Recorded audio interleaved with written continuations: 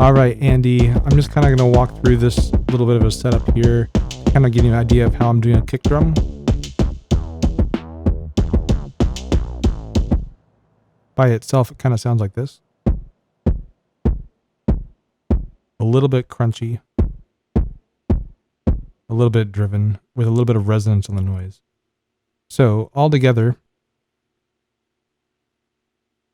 we'll start up here with the SV1, which has one oscillator coming out down into the Morph 4 as a mixer, and also has the noise output also coming down into the input of Morph 4.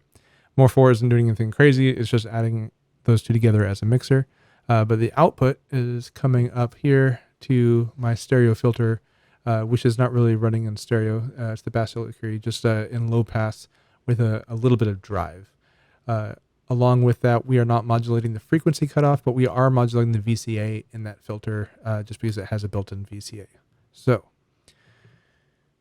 we have the sine out and the noise out coming together, getting mixed in and coming into the input of the filter, and the output of the filter comes down into my submixer for my drums.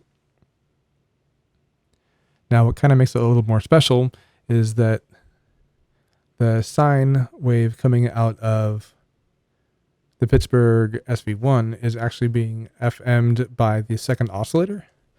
So this oscillator is FMing this guy just a little bit. And then what we're doing is taking the pitch information for oscillator 1 and getting that from my envelope generator. And the envelope generator is Zadar, who's running kind of a little bit of a noisy looking envelope here.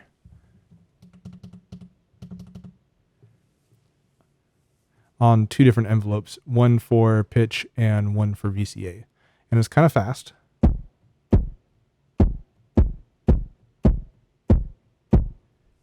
But kind of adds a little bit of grit there. But when we come up to this oscillator here, that FM of that original oscillator by the second oscillator over here that's static kind of gives it a little bit of grunginess.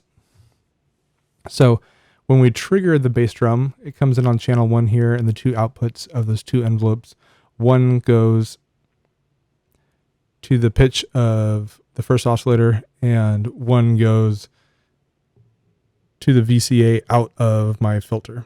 So together though,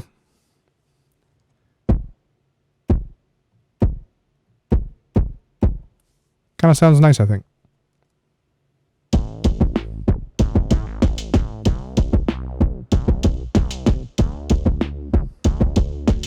And overall for my drum rack, I have a microgrids over here, which is just being my drum sequencer. And then I have a manual mute that I can turn on and off, which I run my triggers through. In this case, I molted the trigger out from my KeySet Pro in with micro grids over here, so that I can control it from grids or my controller. But either way, typically I run a bass drum, snare, hi-hat, and a drum synth along with my 2-channel STS sampler here into a soundstage, which will kind of do my mixing and filtering, and then outputs through endorphins, which puts just a little bit of reverb onto it. So one of the nice things about soundstage though is it has this kind of built-in filtering here, depending on where you put it in. And so when I turn it up, you can kind of see it kind of locks everything in there with a fixed filter bank, depending on where you patched it in soundstage, which is just super cool. I think that just about does it.